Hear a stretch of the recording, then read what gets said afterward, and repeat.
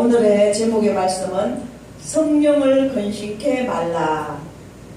우리 지금 여기 계신 분들, 우리 모두는 다 성령을 받았습니다. 다 성령의 은혜가 충만합니다. 그러나 성령의 재충만함을 늘 받으며 유지하도록 해야 되는 겁니다. 왜냐하면 성령 말씀에 보면 성령을 소멸치 말라 그랬거든요. 성령이 자꾸만 소멸된다고요. 그러니까 우리가 성령의 은혜가 소멸되지 않도록 해야 되는 겁니다. 성령의 은혜가 없이는 주님의 아무 일도 할 수 없고 주님이라 고백할 수도 없습니다. 항상 성령의 은혜가 충만한 것은 아니라는 거죠. 영적으로 우리의 영혼을 위하여 신경을 써야 되는 겁니다. 우리는 매일매일 내 자신의 영혼을 위해서 신경을 써줘야 된다 이겁니다. 신경 써야 한다는 것은 말씀과 기도와 회개, 예배를 자꾸 드리고 순종하는 삶을 살고 믿음이 돈독하고 그래서 영적으로 영혼을 늘 아름답게 갖고 나가야 되는 겁니다. 능력 있는 삶을 살지 못하는 것은 성령의 은혜가 소멸되기 때문입니다. 한번 성령을 받으면은 성령께서는 떠나지는 않으시겠지만은 그러나 소멸된다, 불을 끄다, 억누르다, 성령의 뜻에 저항하거나 성령의 역사에 거스려 행함으로써 자기 안에서 성령의 활동을 제한하는 것을 가리킵니다. 그러니까 성령의 은혜를 잠자게 하면 안 된다는 거죠. 그러면은 성령의 역사는 위축이 돼버려요. 꾹 눌려버린다 이겁니다. 그리고 각자 불순종하는 그러한 그 마음속 그 안에서 성령께서는 탄식을 하는 겁니다. 그래서 우리가 성령의 은혜가 충만하고 성령께서 활발히 움직이게 해주고 성령께서 기뻐하게 하는 건 뭐냐면 우리는 늘 예배드리며 기도하며 말씀 전하며 또 전도하며 찬양하며 항상 영적으로 충만해 있을 때 성령께서는 기뻐하시는 겁니다. 성령께서 기뻐하심으로 하나님께서도 기뻐하시는 거죠. 성령 하나님이시기 때문에 성부, 성자, 성령, 성삼일체 하나님께서는 동일하게 역사를 하시기 때문에 할렐루야. 성령은 인격적인 존재입니다. 그래서 우리의 처신에 따라 기뻐하기도 하시고 슬퍼하기도 하십니다. 우리가 성령의 인도에 따라 순종하면 성령은 기뻐하시고 우리 안에서 충만하게 역사를 하시는 겁니다. 그러면은 우리는 성령의 능력으로 능력 있는 삶을 살게 되는 것은 물론 풍성한 하나님의 은혜를 누리게 되는 겁니다. 그러나 우리가 성령을 거스르면 성령은 슬퍼하고 탄식하시는 겁니다. 이렇게 되면은 능력 있게도 못 살고 하나님의 은혜도 풍성히 누리지 못하게 되는 겁니다. 그래서 사도 바울은 오늘 본문에 성령을 근심케 말라고 권면합니다.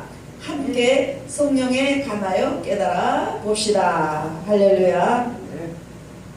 첫 번째, 우리의 마음이 강박하고 완악하여질 때, 이거 오늘의 말씀이 데살로니가전서 5장 19절로 22절이에요. 꼭 기억하시면 돼요. 지금 여기에 순서지는 틀려요. 에베소서가 아닙니다.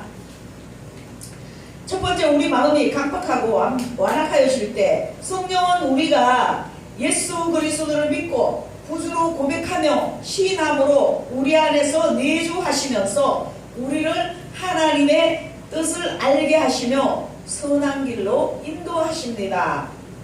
회개함으로 성령은 더 강하게 역사를 하는 겁니다. 우리 주일날 김은구 목사님이 모시고 나오는 전정자 성도님이 있습니다. 교회는 그냥 나와요. 그냥 뭐 감사한 거 5,000원, 그것도 김은구 목사님이 내줘요. 그러면 이제 2층에 가서 5,000원짜리 밥 먹고, 그 다음 주에도 나오게 되면 또 5,000원, 몸 아프면 안 나오고, 딸이 오면 안 나오고, 뭐 하여튼 그러한 저거예요. 근데 내가 이제 김홍구 목사님한테도 그랬어요. 그렇게 그러한 믿음 갖고 천국 가겠습니까? 웃으면서 그랬다니까요. 성령을 받아야 돼요. 그리고 회개의 영이 임해야 되는 거예요. 그냥 교회만 왔다리 갔다리 한다고 되는 게 아닙니다.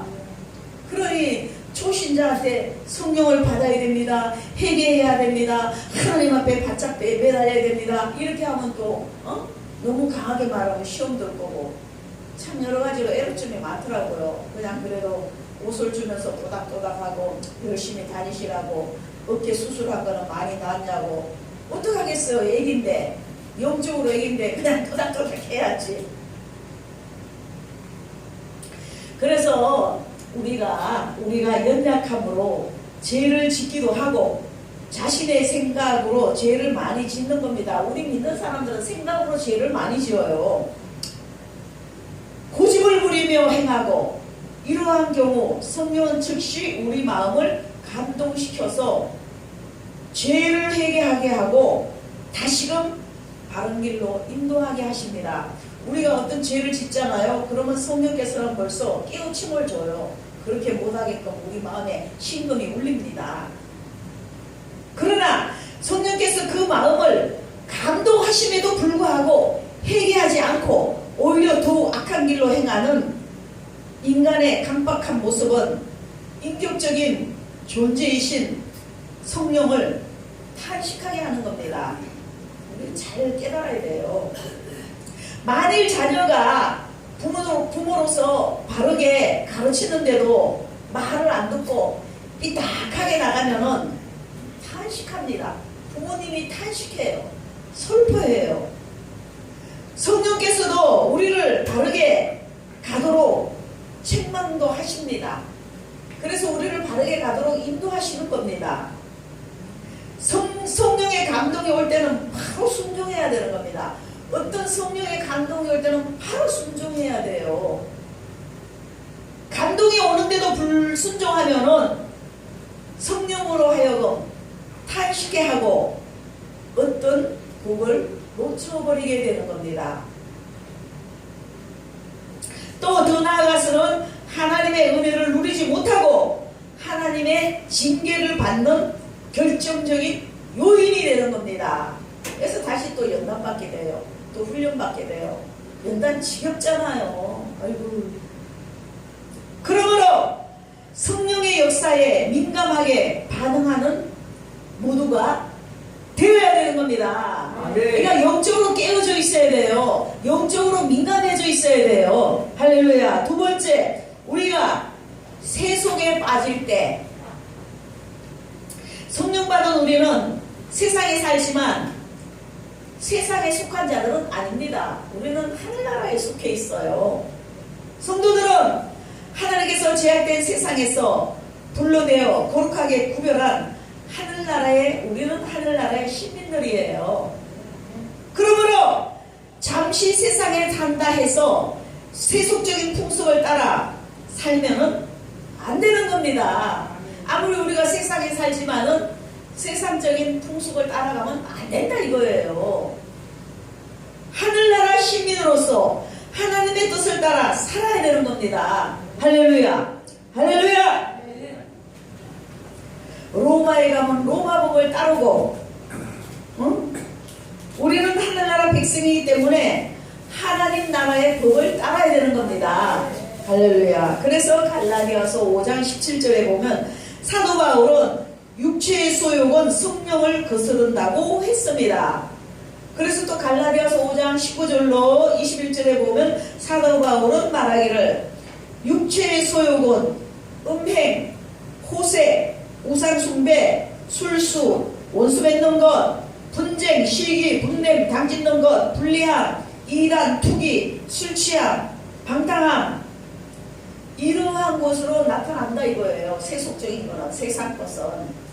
세상은 마귀가 지금 지배합니다. 우리는 정신 바짝 차려야 돼요. 지금 전 세계는 지금 마귀가 다 조종하고 있습니다. 예수 믿는 것도 이제 자꾸만 제한이 와요. 이제는 과거처럼 자유롭게 못 믿게 되는 날이 온다 이겁니다. 이러한 것은 다 지금 제가 읽어드린 이런 거는 시기, 질투, 호색, 우상숭배, 술수, 원수배 이런 거는 다 세상의 풍속이에요. 세상의 풍속입니다. 우리는 반대로 하나님께서 기뻐하시는 성령의 열매, 성령의 열매, 갈라디아서 5장 22절로 23절, 사랑, 희락, 화평, 인내, 자비, 양성, 충성, 온유, 절제, 이러한 성령의 9가지의 열매를 맺어야 되는 겁니다. 할렐루야. 성령을 기쁘시게 하고 하나님의 풍성한 축복을 받아 누려야 되는 겁니다. 나누면서 근심과 어려움과 근심이 아니고 근심과 어려움과 경건함으로 세상을 살며 위의 것을 생각하고 땅의 것을 생각하지 말아야 되는 겁니다. 세 번째, 우리가 신앙생활에 나태할 때, 우리가 예수를 믿으면서 믿음 생활을 하면서 어떤 때는 좀 그럴 때가 있잖아요. 마음이 싱숭생숭하고 그냥 구차네 그냥 맨날 예배 드려야 되고 맨날 기도회 가야 되고 또 전데 이런 하나님이 기뻐하지 않는 생각이 들어올 때가 있습니다. 마음이 해이해지고 나태할 때가 있습니다. 우리나라는 교육열이 높기로 유명합니다. 요즘은 코로나로 인해서 학교도 애들 제대로 못 보내고 그러지만 얼마나 학원들 많이 보내고 하나애한테 학원을 5, 6군데 보내고 그냥 이술학원, 피아노학원, 수학학원 무슨 학원 그러니까 애가 지쳐버린단 말이에요. 이 정도로 우리나라 엄마들은 교육열이 무지무지하게 높아요. 저도 그랬으니까요. 물론 부모님들은 자녀들에게 잘 되라고 올바로 성장하고 사람 노릇하라고 부모들은 이 자녀들을 올바로 자랐어. 사회생활 잘하고 예수 믿는 부모들은 신앙생활 잘하길 바라고 올바른 사회생활 또 이 다음에 결혼해서 결혼 생활도 잘하고 부모들이 원하는 거는 자녀들이 잘 되기를 원하는 겁니다. 건강하게 잘 되게 올바르게 살아가기를 원하는 겁니다. 그런데 부모의 바람에 많이 어긋나서 또 삐딱하게 세상을 살아가면은 부모의 마음이 어떠하겠습니까? 그래서 우리의 신앙은 자꾸 성장해야 됩니다. 제가 비유를 많이 하잖아요. 초등학생하고 대학생하고 똑같냐고. 초등학생하고 대학생하고 한 군데 짬뽕치기로 갖다 놓고 설교를 하면은 초등학생이 알아듣냐고. 또 대학생은 너무 어처구니가 없을 거 아니에요. 학번만 나올 거 아니에요. 그러니까 구분이 돼 있단 말이에요. 초등학교, 중학교, 고등학교, 대학교, 대학원. 그러니까 우리가 이 영적으로 다 틀립니다.